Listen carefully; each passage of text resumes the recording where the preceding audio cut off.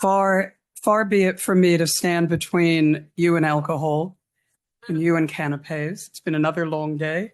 Here we are at the end of it, which I'm sure you're delighted by. But I hope it was a rich and satisfying and provocative set of sessions for you once again. I'm going to be really brief in what I say, and then I'm going to introduce somebody else who's also going to be quite brief. But look, one of the problems with a conference like this, when it's big and we run parallel sessions, we can't all be at all the sessions. So I can't offer a synthesis, a sort of grand synthesis. But there are sort of two quotes of the day for me that I wanted to share with you.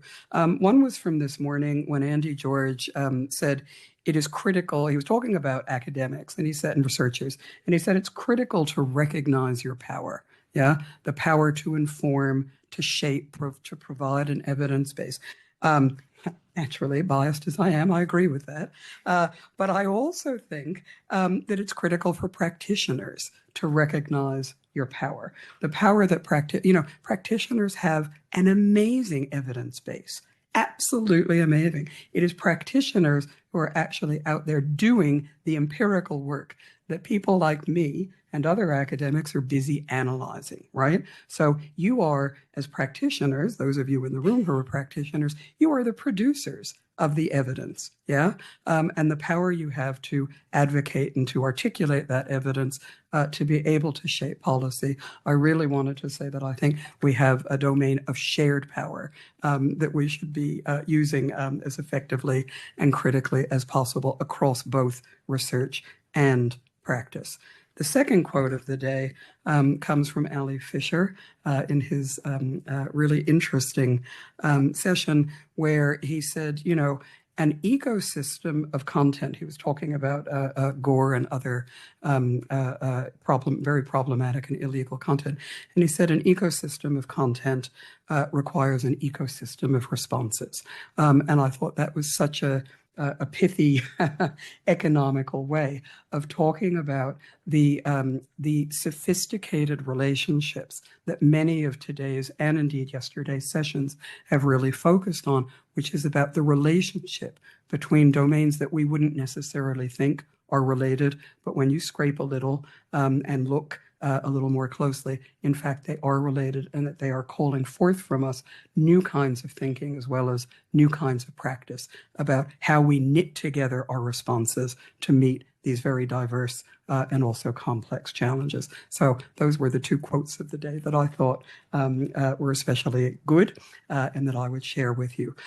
What I'm going to do now is to invite Belle Riley-Thompson up to say a word to you about the Global Network for Extremism and Terrorism. GNET is, of course, the wonderful sponsor for our reception, which is just about to follow, and it's been very generous with their support.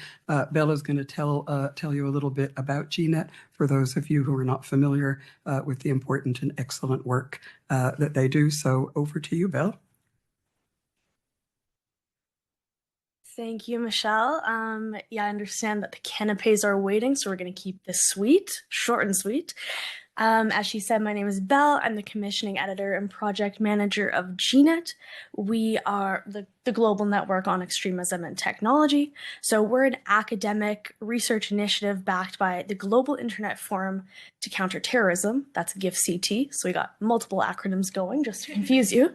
So they're an independent but industry-funded initiative for better understanding and counteracting terrorist use of technology.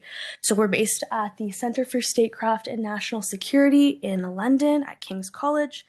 And I know several of you have written for us before and are familiar with our work. So it's great to see the new faces and familiar faces here in Melbourne.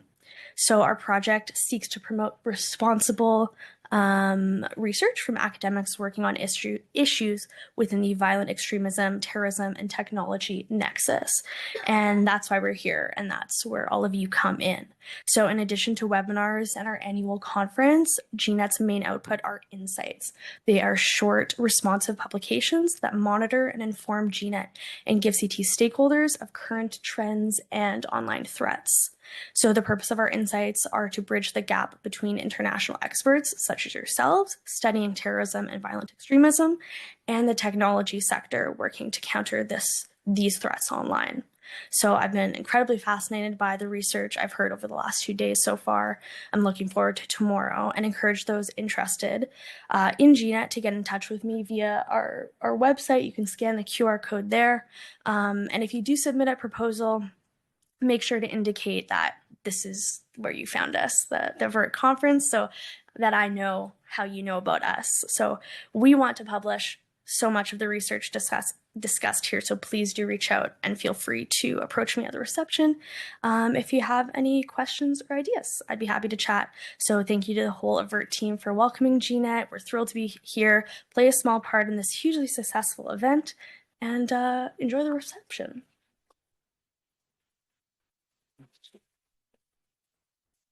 Thank you so much, Bill. And please forgive me for getting the name of GNet wrong, but put it down to exhaustion at the end of the day. Sorry. And Julian has just reminded me to remind you that we will, after a lovely evening and a restful night, we will see you back here for day 3, the final day, at 9 a.m. tomorrow. So go and have a drink and something to eat. Thanks.